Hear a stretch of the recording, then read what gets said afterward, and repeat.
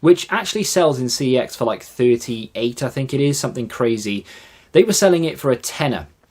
Took me 5 days to sort this deal out. It was an absolute nightmare. Let's go! Yahoo!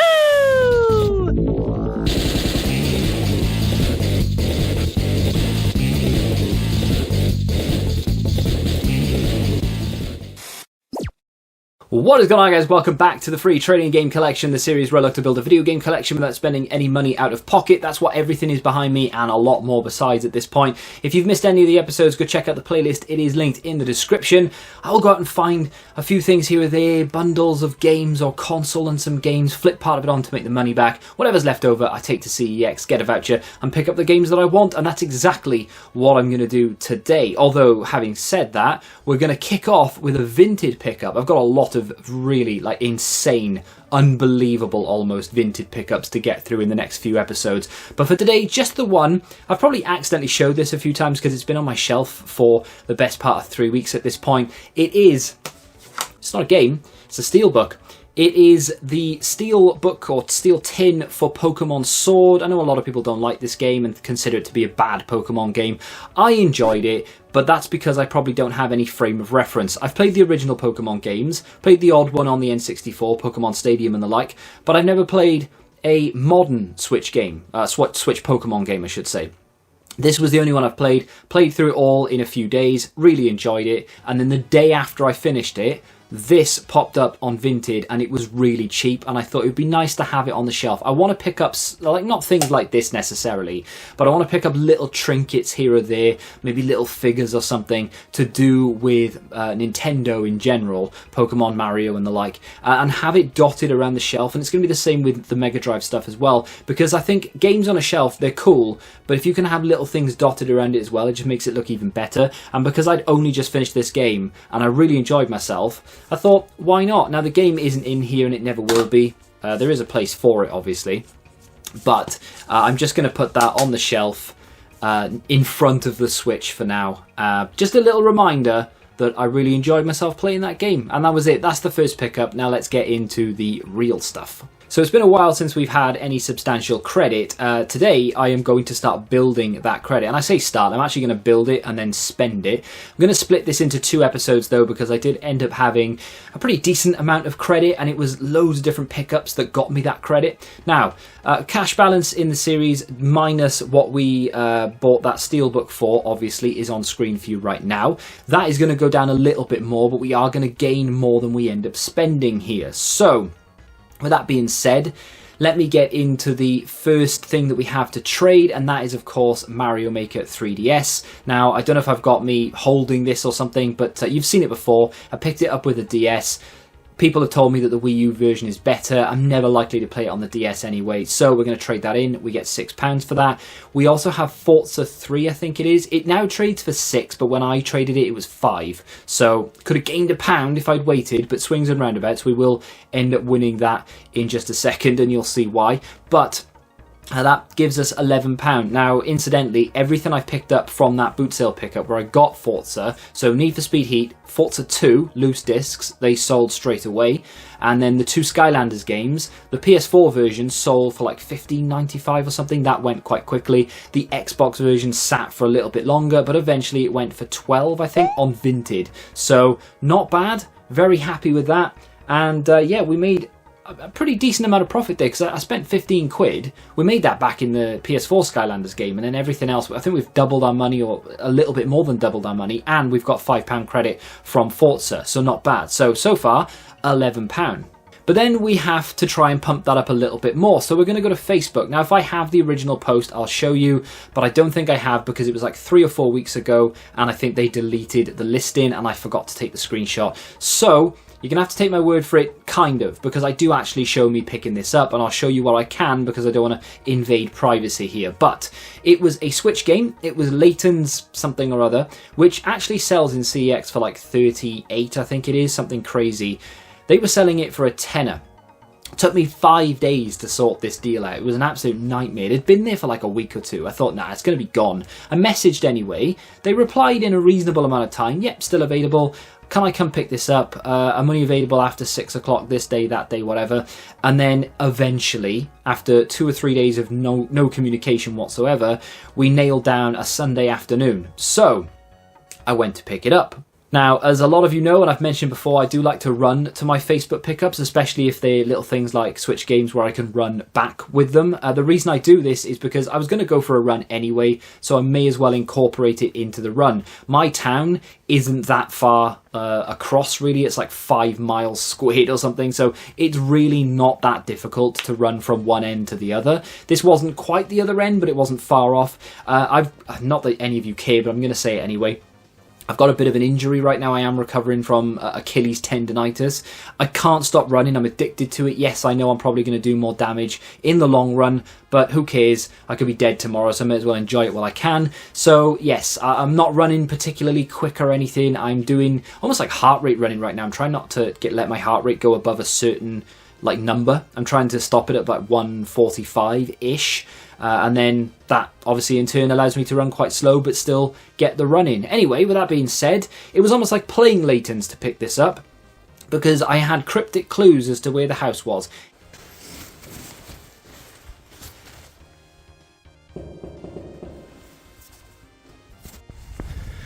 So there we go. What is it? Layton's Mystery Journey Deluxe Edition. I've got no idea. I think I've played it once on the DS. Didn't think much of it. Whopping price on that. I have done, don't know if you can see, 4 miles. My heart rate's come right down now because it took me ages to find it because it was in a flat. You didn't mention that. Oh yeah, the blue door. Didn't say, oh, I'm in a flat. That would have helped. But there we are. The game is in the case. I would have asked, did she have any more games? Because obviously she's willing to sell this for 10 quid and it sells for like 35, 40. She may have other games, but she seemed a bit scared, so I didn't want to be like hanging on her doorstep. But there we are. Let's get back to the game room, see what we have to trade in, and pick up something a little bit more my taste. Picked up Layton's £10. Trades for 25. I don't know if it still does, but it did at the time.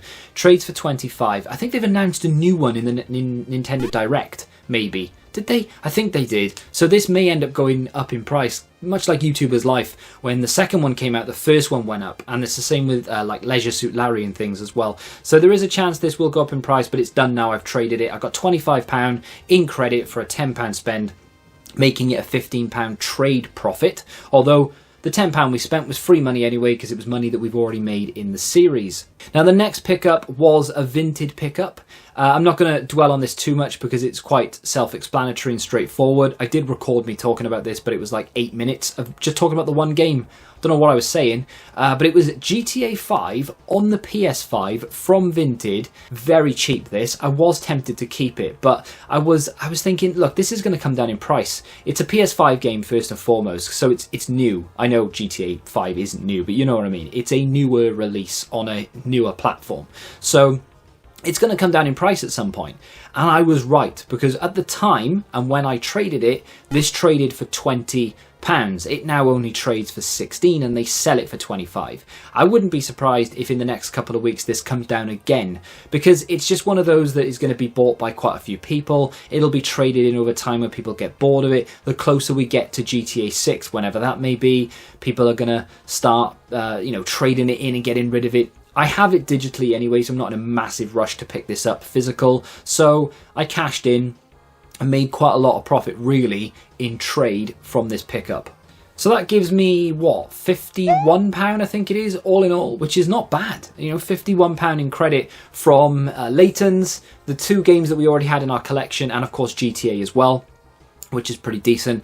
And that led me to CEX, and I think this is CEX Bristol. So this trip, like I said, is going to be split up into 2. So I actually visited the Bristol CEX, but I also visited the Bedminster CEX. Now, if you don't know where Bedminster is, it's basically just Bristol. It's almost like you could throw a stone and hit it from where this is. There's like a little, I don't know, it's a weird place, but there is a CEX on the road in Bedminster, and I didn't know about it until recently. I went in there and they had a whole host of Mega Drive games. So these pickups that I'm about to show you aren't all from the Bristol CEX specifically. I did pick some up from Bedminster, but all the footage is from, or most of the footage anyway, is from Bristol. Now, I went in there and I had a nice amount of credit, and like I said, I spent roughly half here and half in Bedminster. Everything I've picked up today has been on the list for a while, except maybe the most expensive game that I actually bought, which I'm going to get into first.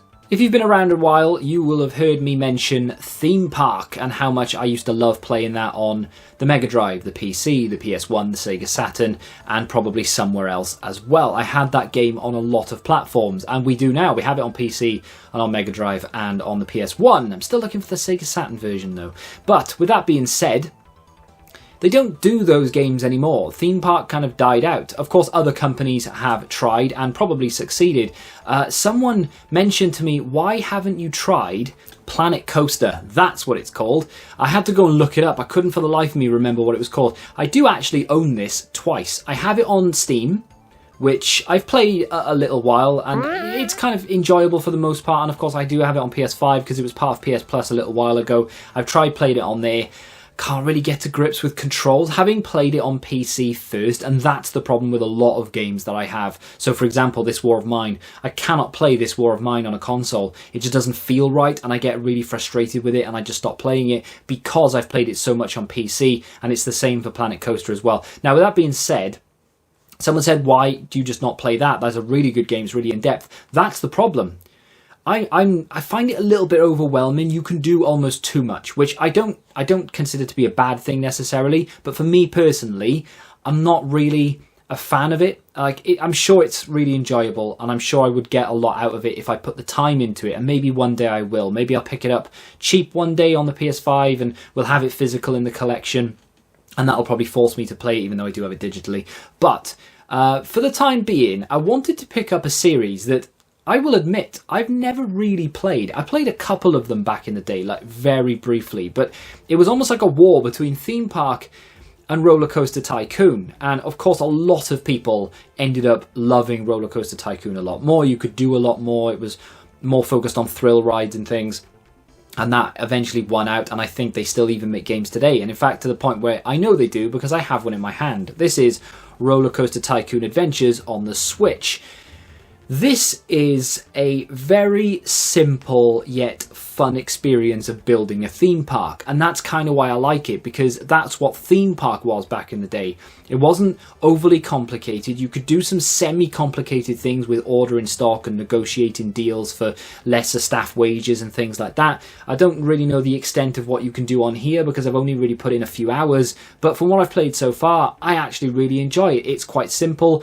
I've read the reviews on Metacritic of this, and I agree with one massive flaw in the game, but for everything else, people are saying, oh, the UI is very it's complicated, it's too overcomplicated, if you will, and I can't understand what's going on. The controls are too difficult, it doesn't make any sense. I find it very simple. I'm not saying I've got a higher IQ than everyone else, but the controls for me were fine. I didn't have a problem with it at all. My big problem is the exact same issue that I had with Surviving the Aftermath.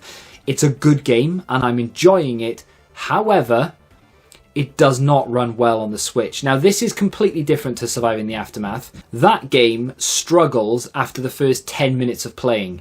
This, you can actually get a good couple of hours into before you start to really notice any sort of frame drops. The reason for that is because all of the entities that are appearing on screen at once, the Switch isn't a very powerful system. For what I've discovered so far anyway, the more I build, the more I put into the park, the more tiles I unlock, it's going to struggle. And that, my friends, is why I want a Switch 2 or a Switch Pro with more computing power, so that games like this don't break.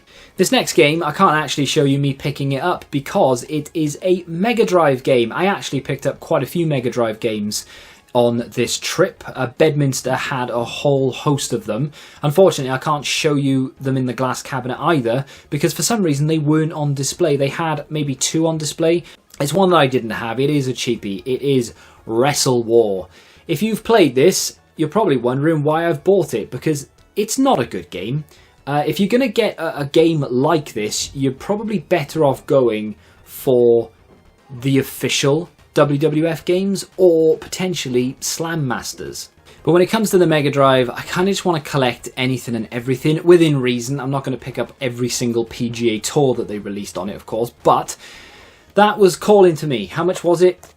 £6. Not an expensive game, but beautifully, it is complete, which is quite nice to see. Now, let's get back into CEX and have a little rummage through their 3DS section, because I haven't picked up a 3DS game since I bought the system, although I want to. There are a few. I bought the Thundercats game on the original DS, of course. I've played a little bit of that so far. I've not had a lot of time to play it because a few other things have popped up that I wanted to play first.